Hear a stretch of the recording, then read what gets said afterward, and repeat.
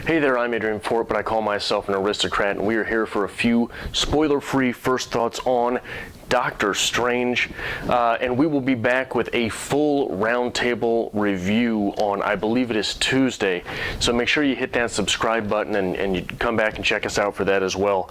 But let's get right into things with Doctor Strange. And I got to start before the movie started with the trailers. There was a trailer for a movie called Triple X, and I believe it had Tony Gonzalez in it, which was mind-blowing for me living in Kansas City.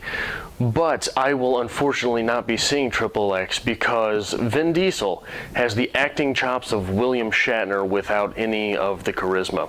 But as for Doctor Strange itself, what I have to say about that really, it works very well. It works very well like Ant-Man did as a movie. It did not quite feel, for the most part, like a Marvel movie. I'm not sure how to quantify that. But in the same way that Ant-Man was possibly, I won't say it was the best Marvel movie, but it was quite possibly the best movie in the movie as a movie in the Marvel Universe, if that makes sense. And Doctor Strange feels very much the same way. However, the first two acts are flat. And I can only think of one reason why that was. Look, there was a lot of worry when Doctor Strange was being talked about because he's just another really super intelligent white guy with a goatee, and he's cocky, and that sounds a lot like Tony Stark. So there was worry that how do you separate them in a movie universe, whereas on the page that works well, it might not when they're two of the same characters running around the same movie verse. That is not a worry, and the reason that is not a worry is because Benedict Cumberbatch mailed it in. This is not a good performance. It's just not. He's flat. Like the first two acts are flat. A lot of the things that he says don't come across as cocky or arrogant in the way that Tony Stark would. And maybe that's what he was doing, was trying not to be Tony Stark, but he came across as not entertaining. On the flip side of that, Chiwetel Ejiofor was fantastic. Just fantastic.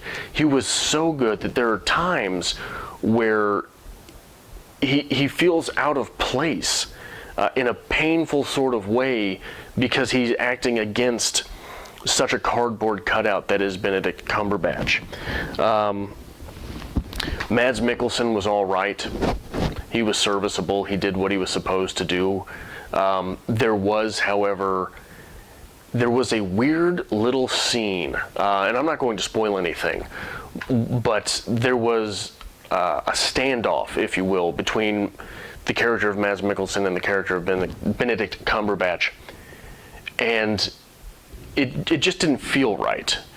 And I think what happened there, and I couldn't put it together until later, but there's a strange silence between the two. And there's this weird music playing. And I think they had to go in and edit the music in because the scene just didn't work. Because Benedict Cumberbatch was so flat that these pregnant silences that you get in situations like that was null and void. There is another villain in the movie that I won't spoil for you if you don't already know this is going on. But the portrayal of that villain, and you'll know when you get there, was all right. It was not all that I was hoping, but I think that there is room for later interpretation with that. That said, I think you have to credit Marvel for placing the emphasis on intelligence with their characters, right? And I think that intelligence plays a big role in the third act here. That was quite possibly my favorite third act so far of a Marvel film. And when you take a step back and you look at it, Iron Man 1 was really a game changer.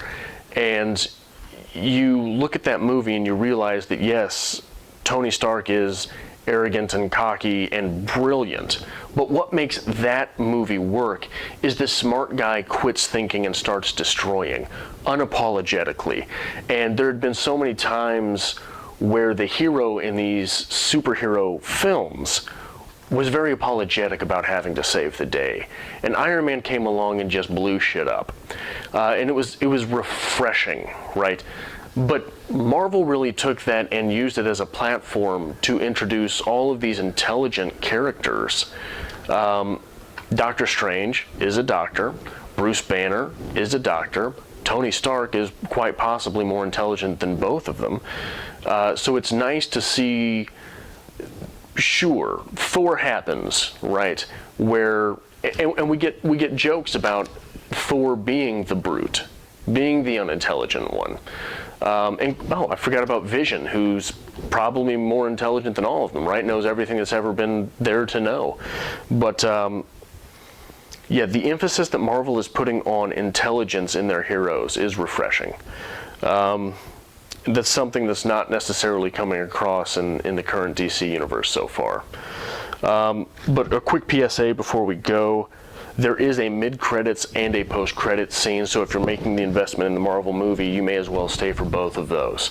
Now, my name is Adrian Fort, and I do call myself an aristocrat, but I like to call myself something else as well, and that is a book reviewer. If you stop by the YouTube channel Stripped Cover Lit, that's where we talk books and writing. We do a lot of reviews over there as well, so if that's something that you like to watch, make sure you head over there, give us a gander, and maybe a subscribe as well.